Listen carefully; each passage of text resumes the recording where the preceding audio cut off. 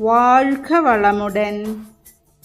ശാന്താകാരം ഭുജഗശയനം പത്മനാഭം സുരേശം വിശ്വാധാരം ഗഗനസദൃശ്യം മേഘവർണം ശുഭാംഗം ലക്ഷ്മീകാന്തം കമലനയനം യോഗിഭിർധ്യാനഗമ്യം വന്ദേ വിഷ്ണും ഭയഭയഹരം സർവലോകൈകനാഥം.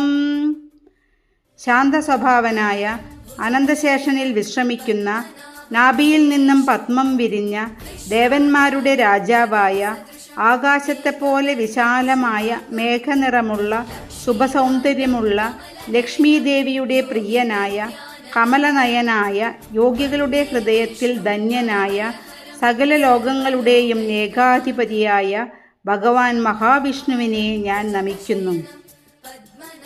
മഹാവിഷ്ണുവിനെക്കുറിച്ചുള്ള മനോഹരമായ സ്തുതിയാണിത്.